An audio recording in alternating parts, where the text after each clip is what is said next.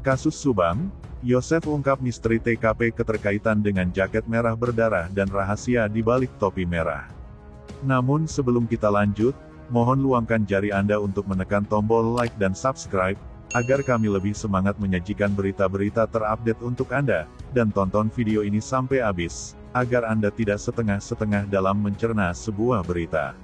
Menyeruaknya tudingan pelaku dan dalang pembunuhan kasus pembunuhan ibu dan anak di Subang yang meregang nyawa Tuti dan Amalia Mustika Ratu alias Amel, menyorot kepada Yosef. Hal itu seperti terlihat dari analisa publik, para YouTuber-YouTuber yang mengawal kasus ini. Para pengamat dan pemerhati hukum berpandangan demikian. Namun, belum bisa dipastikan karena belum cukupnya alat bukti. Kecurigaan juga muncul dari anaknya sendiri, yakni Yoris. Yoris sempat menduga jika ayahnya itu terlibat di balik kasus pembunuhan ini. Kemudian, dipertegas dengan pengakuan dari saksi Danu alias Muhammad Ramdhanu saat menjalani pemeriksaan di Polres Subang. Danu dengan lantang mengatakan bahwa pelakunya adalah Yosef. Namun, pernyataan Danu itu tidak dapat dipertanggungjawabkan karena Danu tidak mau menandatangani BAP hasil pemeriksaannya. Entah mengapa, banyak kemungkinan kenapa Danu bilang begitu. Pemerhati menduga bisa karena ancaman atau kemungkinan lain mengalami gangguan kejiwaan. Yosef mengatakan tudingan yang disudutkan kepadanya adalah framing. Lebih parahnya lagi, tudingan yang katanya framing tersebut semakin kuat dengan menyeruaknya pemberitaan terkait jaket merah yang dikenakan Yosef itu penuh dengan darah. Yosef menyangkal keras hal tersebut. Lagi-lagi, kata dia, hal ini adalah framing. Saya masih ingat dan terngiang yang memframing dari awal sampai sekarang ada di medsos itu, katanya, Pak Yosef jaketnya banyak darahnya. Padahal sebenarnya jaket yang dipakai oleh saya itu tidak ada darah setitik pun, jelas Yosef saat itu, Sabtu, tanggal 28 Mei tahun 2022.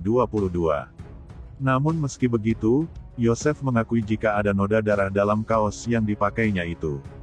Kaos tersebut juga dibuka di Polsek Jalan Cagak setelah melakukan BAP.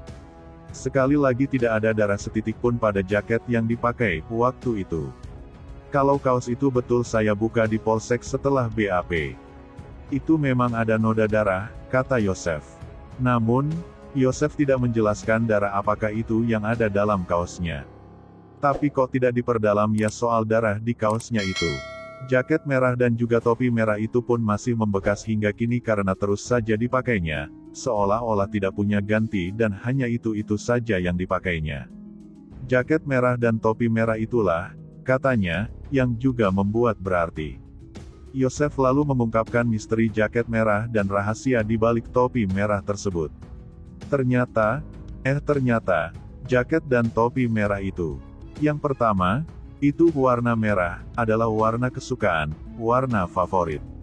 Memang ada yang lain, tapi itu yang sering dipakai, jelas Yosef, Sabtu, tanggal 2 Juli tahun 2022. Kemudian, yang paling pentingnya adalah, jaket merah dan topi merah itu mengingatkan akan sesuatu hal.